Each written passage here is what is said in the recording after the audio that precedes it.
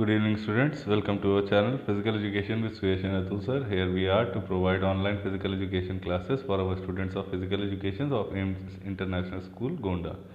In the last video, we discussed about the meaning and significance of intramural types of tournament. Now, in this video, we will continue with objectives of intramurals. Hello, I am Suyesh Mishra, and with the help of my co-teacher Atul sir, we are able to bring up this video. So let's begin. Objectives of intramurals. Establishing physical education. So far we have learned that sports events have been around for centuries, the Greek Olympic Games being a prime example. Though not every one of us has the right temperament or desire to be a sports star, it can be said that when we are of primary school age, the child in us wants to play more and study less. The major feature of our game is involvement of physical exertion. During recess, young students like to run and chase each other, play hide and seek, toss ball, swing, etc. By introducing intramural at this stage, the students are taught to associate exercise with fun, sports being an exciting part of their lives in which they can excel. In this way, physical education also earns a more vital role in the school curriculum. In India, where physical education does not enjoy the kind of importance it has in Western schools, intramurals should be encouraged and made an annual event in the school calendar. Parents should get involved in the organizations and the competition should be properly planned and carried. So, इंट्रामुरल्स को हम इस तरीके से समझ सकते हैं कि इंट्रामुरल्स physical education को बढ़ावा देने में एक बहुत अच्छा पॉइंट है, इम्पॉर्टेंट पॉइंट है। स्कूल्स में जब बच्चे छोटे होते हैं तो उनको खेलना ज़्यादा पसंद होता है, पढ़ना कम पसंद होता है। तो आगे जाके ये फिलॉसफी थोड़ी सी चेंज हो जाती है, तो ऐसा ना हो इस वजह से इंट्रामुरल्स ज़रूरी होते हैं। अब इंट्रामुरल्स एक्सरसाइजेज में क्योंकि वो स्कूल्स के विद इन हो रहे हैं या कैंपस या इंस्टीट्यूशंस के अंदर के ही लोग या स्टूडेंट्स जो हैं वो उसमें पार्टिसिपेट कर सकते हैं, तो एक बहुत अच्छा तरीका होगा गेम्स और स्पोर्ट्स को या एक्सरसाइज को अच्छी तरीके से मतलब सीखते हुए कुछ अच्छा एंजॉय करते हुए एक्सरसाइज या गेम्स एक्टिविटीज़ में पार्टिसिपेट करना। इंट्रामुरल्स को अगर छोटे बच्चों को उसी वक्त बताया जाए कि एक्सरसाइज करते करते कैसे फन को एंजॉय किया जा सकता है, ये सारी चीज़ें इंट्रामुरल में वो आराम से सीख सकते हैं। अब क्योंकि स्पोर्ट्स जो है वो उनके लिए बहुत एक इंटरेस्टिंग फील्ड हो जाती है, तो इससे वो किसी भी पर्टिकुलर गेम या स्पोर्ट्स में एक्सेल कर सकते हैं, महारत हासिल कर सकते हैं, अच्छी अपनी टेक्निक्स को और अच्छा कर सकते हैं। इसी वजह से स्कूल करिकुलम में ये माना जाता है कि फिजिकल एजुकेशन एक बहुत अच्छा पॉइंट कह लीजिए या डिसाइडिंग फैक्टर कह लीजिए, जो कि उनकी हेल्थ को भी बहुत अच्छा रखता है। अब इंडिया में कह रहा है कि फिजिकल एजुकेशन उतना इम्पोर्टेंस नहीं दिया जाता है जितना वेस्टर्न स्कूल के कंट्रीज़ में दिया जाता है, वेस्टर्न कंट्रीज़ के स्कूलों में सॉरी। इंट्रामुरल्स को और बढ़ावा देना चाहिए। कैसे? उसको स्कूल कैलेंडर्स में क्या कहते हैं ऐड ऑन करके हम उसको बढ़ा सकते हैं, लोगों को इंटरेस्ट उसमें और किया जा सकता है। पेरेंट्स को भी ऑर्गेनाइजेशंस में इन्वॉल्व होना चाहिए कि ये सारे गेम्स और स्पोर्ट्स भी इन स्कूलों में होने चाहिए और ये देखते रहना चाहिए कि ये सारे स्कूल्स में ऐसा हो रहा है जहाँ पे भी उनके बच्चे पढ़ने जाते हैं। उन कॉम्पिटिशन्स को ज़्यादा बढ़ावा देना चाहिए जो कि कायदे से प्लान करके कुछ सीखने के लिए बच्चों को आगे ला सकते हैं। Okay, moving ahead. Accommodating greater numbers of participants in inter-school competition, only the best players are handpicked and allowed to compete to bring honor to the school. Obviously, a lot of students who may be less talented but have as much enthusiasm for sports are left out. Intramurals close this gap. The competition is for the school students only. Participation is thus amplified in terms of number. A single student can even compete in more than one event if she or he so wishes.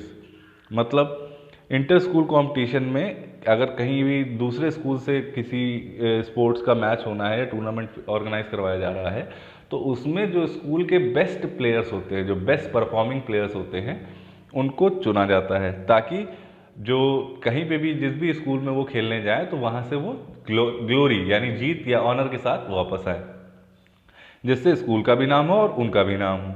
सो इस tournament के लिए जो team select की जाती है उसमें बहुत सारे स्टूडेंट्स स्कूल के ऐसे भी होते हैं जो कि थोड़े से कम टैलेंटेड होते हैं लेकिन सीखना चाहते हैं या खेलना चाहते हैं। So intramural exercise, intramural types of tournament जो है वो एक बेस्ट प्लेटफॉर्म है उन स्टूडेंट्स के लिए जो स्कूल में हैं लेकिन बेस्ट परफॉर्मेंस नहीं दे पा रहे हैं, उनको अभी भी और ट्रेनिंग या सीखने की ज़रूरत है। सो ये इंट्रामुरल जो है वो इस गैप को कम कर देता है। क्यों? क्योंकि इंट्रामुरल्स में स्कूल स्टूडेंट्स के ही जो स्कूल स्टूडेंट्स होते हैं वही पार्टिसिपेट करते हैं।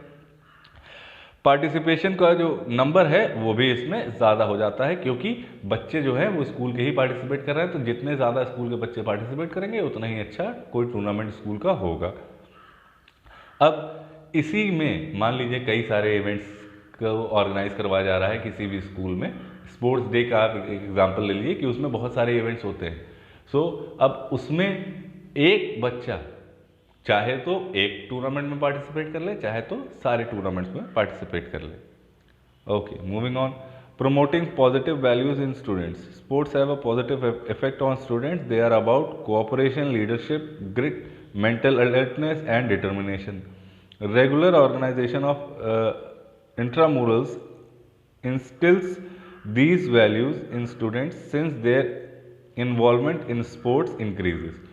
So, अब स्पोर्ट्स जो है वो एक पॉजिटिव इफेक्ट डालता है हर बार। आप किसी भी गेम और स्पोर्ट्स को फॉलो करके देख लीजिए, उसको रेगुलर प्रैक्टिस करके देख लीजिए, तो आप अपने अंदर एक इम्प्रूवमेंट पाएंगे। अब वो कोऑपरेशन का हो सकता है, लीडरशिप का हो सकता है, ग्रिट का हो सकता है, मेंटल अलर्टनेस हो सकती है आपकी कि आप अलर्ट रहें हर जगह, और डिटर्मिनेशन हो सकता है। तो आप अपनी जो सोशल क्वालिटीज़ हैं वो भी बढ़िया कर सकते हैं, पर्सनल क्वालिटीज़ को भी और बढ़ाया जा सकता है। यानी अब सोशल क्वालिटीज़ में आ जाता है cooperation, right, leadership, personal qualities में आ जाता है ग्रिट, मेंटल अलर्टनेस और डिटर्मिनेशन। सो अगर लगातार ऐसे इंट्रामुरल एक्सरसाइजेज या टूर्नामेंट्स करवाए जाएं तो स्टूडेंट्स की जो इंट्रिंसिक वैल्यू है, जो वो वैल्यूज़ होती हैं, किसी भी मॉरल वैल्यूज़ हम कह सकते हैं अपने लाइफ को कंप्लीट करने में या बेहतर बनाने में, वो सारी चीज़ें इसमें सीखी जा सकती हैं स्पोर्ट्स के दौरान। इसी वजह से, और प्लस अब क्योंकि अगर वो कुछ अच्छा सीख रहे हैं तो इसका मतलब है कि वो और भी इन्वॉल्व होंगे उसमें, और भी ज़्यादा पार्टिसिपेट करने की कोशिश करेंगे, तो जिससे एक पॉजिटिव वैल्यू जो है वो और स्टूडेंट्स में बढ़ती है। Moving on to fourth point, providing healthy recreation. Intramurals are a healthy means of recreation which the students, teachers, school officials and even family members can share. They create excitement for everyone and provides a good opportunity for bringing everyone together. So intramurals जो है, इंट्रामुरल्स types of जो tournament है वो एक recreation के तौर पे, यानी आपकी जो सोच है उसको और बेहतर बनाने के लिए उन सारी चीज़ों के बारे में आप अपने स्टूडेंट्स, टीचर्स, स्कूल ऑफिशियल्स और फैमिली मेम्बर्स से भी शेयर करते हैं, और एक्साइटमेंट लेवल जो उनका बच्चों का होता है वो देखने लायक होता है। तो अब ये क्योंकि वो एक्साइटमेंट लेवल सभी को प्रोवाइड करवा रहा है, तो इसका मतलब है जो भी टेंशन है, जो भी स्ट्रेस है किसी के भी दिमाग में, वो उसको निकाला जा सकता है बाहर, और पॉजिटिव वैल्यूज़ जो है वापस से इसमें इंक्रीज़ की जा सकती हैं। फिफ्थ पॉइंट कह रहा है introducing new games. Intramurals introduces new games to the student which they might not have been aware of previously. In India especially, most children are exposed to only a few variety of games like cricket, football, boxing and badminton. There are many other sports that should be encouraged so that Indians can excel in a greater number of sports by including archery, basketball, wrestling, martial art, etc. In intramural, schools can help expand the knowledge and capabilities of their students. So, इंट्रामुरल्स में हम नए type के games भी students को खिलवा सकते हैं जो उन्होंने पहले नहीं खेले या उसके बारे में नहीं जानते। जैसे अगर इंडिया की स्पेशली बात करें तो इंडिया में मेनली क्रिकेट, फुटबॉल और आपका बॉक्सिंग और बैडमिंटन बहुत ज़्यादा फॉलो किया जाता है, लेकिन इसके अलावा भी बहुत सारे स्पोर्ट्स हैं जिसमें इंडियंस अगर प्रैक्टिस करें तो उसमें एक्सेल पा सकते हैं, महारत पा सकते हैं, मास्टर्स बन सकते हैं उस चीज़ के। सो इस वजह से स्पोर्ट्स को थोड़ा और प्रोत्साहित करना चाहिए, इनकरेज करना चाहिए। अब इसमें और कौन कौन से गेम लाए जा सकते हैं? वैसे तो बहुत सारे गेम हैं, लेकिन आर्चरी हो गया, बास्केटबॉल हो गया, रेसलिंग हो गया, मार्शल आर्ट्स हो गया, ये भी इंट्रामुरल्स में स्कूलों में स्टार्ट करना शुरू करना चाहिए। स्कूल्स जो हैं इसी की मदद से बच्चों की जानकारी और उनकी कैपेबिलिटी, नॉलेज और कैपेबिलिटी दोनों को बढ़ाया जा सकता है। Moving on to the 6th point, development of sportsmanship. Intramurals develop the spirit of sportsmanship in young students. They learn how to respect their opponents and the officials overseeing the games. Why it is important to show courage in the face of defeat and accept victories with humility. These are qualities that lend fortitude to their character. Okay, intramurals में sportsmanship जो है वो बच्चों के अंदर और अच्छी की जा सकती है। उनको ये चीज़ सिखाया जा सकता है इंट्रामुरल्स टूर्नामेंट में कि अपने ओपोनेंट की रिस्पेक्ट कैसे करना है। जो भी ऑफिशियल्स हैं या रेफरीज हैं या एम्पायर्स हैं, उनके डिसीजन को आप कह सकते हैं कि ऑब्लाइज क्यों करना है, या उन्हें आप अप्रिशिएट क्यों करना है, या उनको फॉलो क्यों करना है, जो भी उनका डिसीजन है वो क्यों मानना है। ये सारी चीज़ें आप स्पोर्ट्समैनशिप के अंदर सीख सकते हैं। तो ये सारी चीज़ें इंट्रामुरल्स टूर्नामेंट में आ सकती हैं, जिसकी वजह से जो पर्टिकुलर एक बच्चे को हम मान लीजिए लेके चलते हैं, तो उसके अंदर हार को एक्सेप्ट करने की जो क्वालिटी है वो आती है, गलती कहाँ हुई उसको एग्जामिन करने का तरीका हम सीखते हैं, और अगली बार वो गलतियाँ ना हो तो उसमें हमारे अंदर क्या क्या चेंजेस आने हैं, वो सारे चेंजेस बच्चों को सिखाए जा सकते हैं इंट्रामुरल्स टूर्नामेंट के दौरान, जिससे उनकी जो कैरेक्टर बिल्डिंग है उसको और अच्छा किया जा सकता है, यानी उनका कैरेक्टर जो है वो और अच्छा किया जा सकता है। 7th, development of organisation skills. Some students, instead of competing in the sporting event, volunteer for the organizational process. This makes them adapt at management skills. They learn how to organize events, how to delegate tasks, and carry out their own duties in a time-bound manner. How to work with budgets, where to get essential items needed for the event, etc. अब कुछ students जो हैं, आपने देखा होगा हमारे ही school के जो इंटर हाउस कंपटीशन हुआ था उसमें जो हाउस वाइज टीमें बटी हुई थी, तो जिन भी 2 हाउसेस के मैच होते थे, बाकी जो 2 अदर हाउसेस बचते थे उनकी ग्राउंड मेंटेनेंस की या ऑफिशिएटिंग की ड्यूटीज़ होती थी। तो ये काम इसलिए किया जाता है ताकि बच्चों को वॉलंटियर बनने का जो एक तरीका होता है वो सिखाया जा सके, एक ऑर्गेनाइज प्रोसेस से, जो कि ऑर्गेनाइजेशन में काम आता है किसी भी काम को करने के लिए। अब इस काम को करने से होता क्या है, इस काम को करने से बच्चों के अंदर मैनेजमेंट स्किल अच्छी होती है। वो ये सीखते हैं कि किसी भी इवेंट को कैसे ऑर्गेनाइज किया जाता है, किसी भी टास्क को कैसे प्रॉपर बराबर सब में बांट के उसको कंप्लीट किया जाता है, उसके बाद अपनी ड्यूटीज़ कैसे की जाती हैं, और वो भी एक टाइम बाउंड मैनर में, यानी उनके पास एक लिमिटेड समय होता है उस काम को करने के लिए, और उस काम को करने के मतलब आप समझ लीजिए कि उस काम को उसी टाइम के अंदर करने के लिए कैसे वो सारी चीज़ें डेवलप की जाए, वो क्वालिटीज़, तो वो ये इंट्रामुरल्स एक्सरसाइज टूर्नामेंट में सीखते हैं।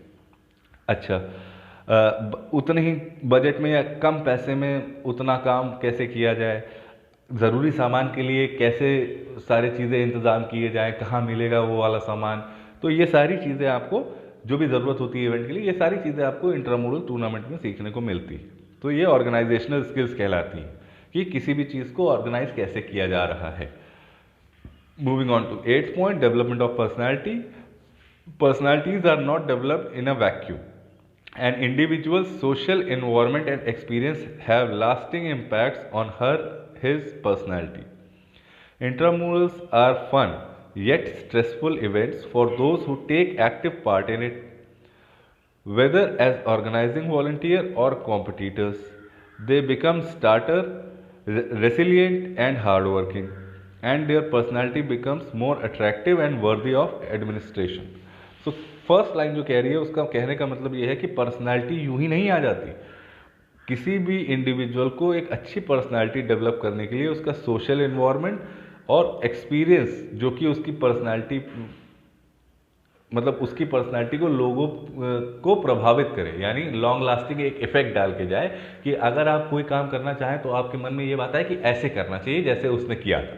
सो वो वाली बात जब आती है वो आप किसी को क्यों सोचते हैं या क्यों करते हैं फॉलो, क्योंकि उसकी पर्सनालिटी एक ऐसे एक्सप्रेशन डालती है आपके, सॉरी इंप्रेशन डालती है आपके ऊपर कि आप उस काम को करने के तरीके को बहुत अच्छा मानते हैं, तो उसको आप भी सोचते हैं कि हमको भी ये करके देखना चाहिए। तो जैसा सोशल एनवायरनमेंट किसी को भी मिलेगा, जैसा एक्सपीरियंस उसने अपना शेयर किया होगा, वही सारी चीज़ें उसकी पर्सनैलिटी को और अच्छा करती हैं। अब इंट्रामुरस जो टूर्नामेंट होते हैं, जो भी कॉम्पिटिशन्स होते हैं, वो स्ट्रेसफुल होते हैं, लेकिन सिर्फ उन्हीं के लिए जो उसमें एक्टिवली पार्टिसिपेट करते हैं। अब जो वॉलंटियर्स ऑर्गेनाइजिंग में काम कर रहे हैं या कॉम्पिटिटर्स के तौर पे वहाँ पे उतर रहे हैं, वो सारे लोग एक स्ट्रेसफुल सिचुएशन को फेस करते हैं और उसको हैंडल करने की तरीके जानते हैं। उसके बाद उसका रिजल्ट क्या होता है कि वो एक स्मार्टर, रेजिलिएंट और हार्ड वर्किंग पर्सनालिटी को डेवलप कर पाते हैं, जिससे लोग उनके ऊपर और भी ज़्यादा अट्रैक्टिव होते हैं, प्रभावित होते हैं और उनके काम को अच्छा माना जाता है। Last but not the least, scouting of talent. अब ये टीचर्स के लिए सबसे अच्छा पॉइंट होता है। Intramurals also provide a platform for student to showcase their talents. Exceptional players get noticed during these competition and may get a chance to play in more advanced competition if spotted by the right people. So अभी हमने discuss किया कि अगर इंट्रामुरल्स exercises होती हैं तो सारे बच्चों को कंपटीशन में पार्टिसिपेट करने का मौका मिलता है। अब उस टूर्नामेंट में जो भी बच्चा अपने आप को बेस्ट परफॉर्मर के तौर पे पेश करता है, उसको जो भी टीचर्स होते हैं या जो भी वहाँ पे ऑब्जर्वर्स होते हैं, वो इन बातों का खासा ध्यान रखते हैं कि कौन सा प्लेयर उनके स्कूल टीम के लिए या आगे कोई टूर्नामेंट के लिए, आगे नेक्स्ट लेवल टूर्नामेंट के लिए किस टीम को उतारा जाए और उसमें कौन कौन से प्लेयर्स हो, वो सेलेक्ट करने का टाइम भी ये इंट्रामुरल्स टूर्नामेंट या कॉम्पिटिशन के दौरान होता है। उसी के वजह से आप देख सकते हैं कि जो लास्ट ईयर का अगर हम एग्जांपल लें कि जो हमारा वॉलीबॉल का इंटर हाउस टूर्नामेंट हुआ था, वो एक इंट्रामुरल टूर्नामेंट था, लेकिन जो हम वॉलीबॉल के जो क्लस्टर पे अपनी टीम को लेके गए थे, वो हमारे जो स्कूल के बेस्ट 8 वॉलीबॉल प्लेयर्स थे उस समय के, उनको लेके जाया गया। सो वो जो हम क्लस्टर लेके गए वो एक एक्स्ट्रा मुरल टाइप ऑफ टूर्नामेंट हो जाता है, और जो हम इंटर हाउस टूर्नामेंट खेल रहे थे वो इंट्रामुरल टूर्नामेंट हो जाता है। तो उसी के रिजल्ट था कि हमने वो 6 से 8 जो बच्चे थे बेस्ट, उनको चुन पाए। सो इंट्रामुरल्स का ये थे ऑब्जेक्टिव्स। आपको ये वीडियो कैसा लगा ज़रूर बताइएगा। नेक्स्ट वीडियो में हम एक्स्ट्रामुरल्स के साथ शुरुआत करेंगे। Thank you. If you have any queries, please mention below in the comment section.